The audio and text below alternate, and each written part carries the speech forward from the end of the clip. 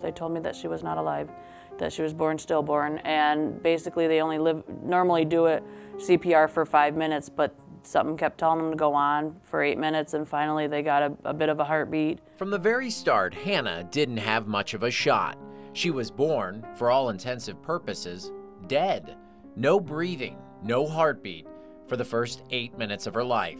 8 minutes where critical cells were suffocating, 8 minutes of fragile organs failing. During that time of her being, the lack of oxygen, she had 5 strokes, and one was a spinal cord stroke that severed her spinal cord. She had a severe brain bleed. They didn't think she was going to make it. They came and told me that if she made it past the hour, she was a 30-week baby. The doctors who had seen this before had a good idea how this was going to end.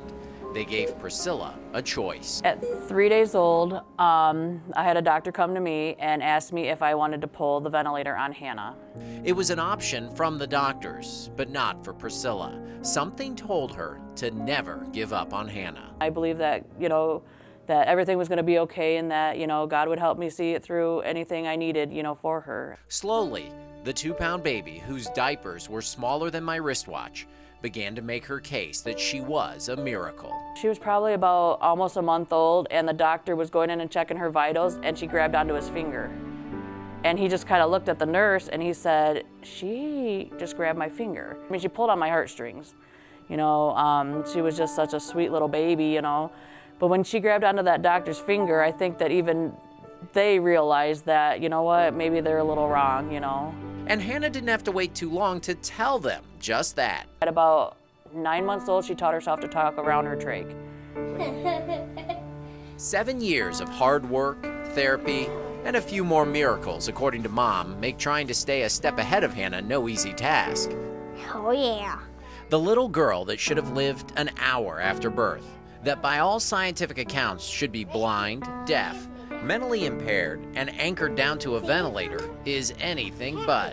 She likes she's got a hand pedal bike. She likes riding that. She loves talking on the phone, of course. She loves playing with her dolls, cooking, any activity. She tries to do anything and everything. She never lets anything hold her back. Sharp as a tack, this blue-eyed Spitfire loves rolling into class at Betsy Valley Elementary.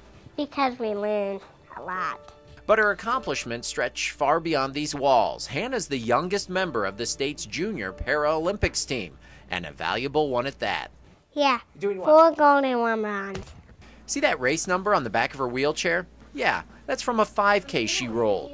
So what can't she do? Do jumping jacks with my feet, where we had to split our legs and put our hands together.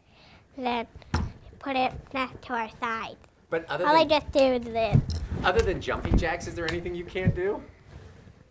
Not that you can think of, probably, right? No. And she's right. I wouldn't doubt her.